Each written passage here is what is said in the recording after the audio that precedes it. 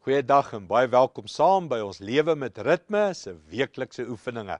Nou, ons is besig om te praat oor 'n lewe van ware rykdom. En ons sê rykdom begin in jou verhouding met God en ons het daaroor 'n bietjie gekyk, wat gaan regtig in jou hart aan? Ons het sê rykdom is 'n verhouding met jouself en ons het gekyk wat is ware nederigheid. En nou gaan ons vandag bietjie kyk na 'n verhouding met jou medemens. En hier is 'n oefening iets van hoe lyk die verhoudings tans in jou lewe?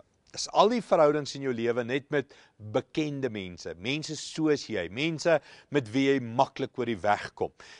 Het jy al besluit, man, mense dit nie nodig in jou lewe nie, jy het 'n klomp mense uitgeskuif en jy meng net nie met hulle nie.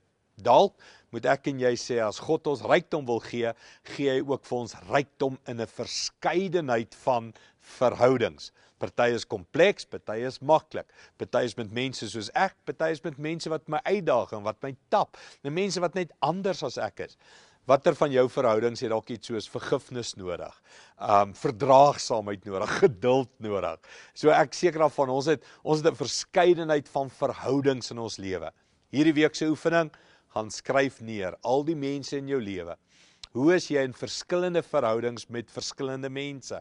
Wat het elke verhouding nodig om te bly bestaan? Met ander woorde, wat een vat baie energie, wat een vat min energie? Wat een het vergifnis nodig? Wat een moet jy jouself dissiplineer om nie elke dag te bel en te kuier nie, want dit is so lekker. So, kom ons gaan skryf oor al ons verhoudings. En dan bid ons, sê Here, U wil my rykdom gee in al my verhoudings. Dalk moet 'n verhouding herstel.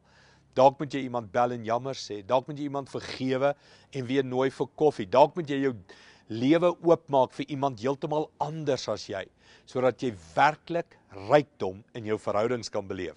Hierdie is 'n lekker oefening, lekker uitdagend, gaan ons dalk so 'n bietjie stretch om met mense te meng wat ons baie keer vermy.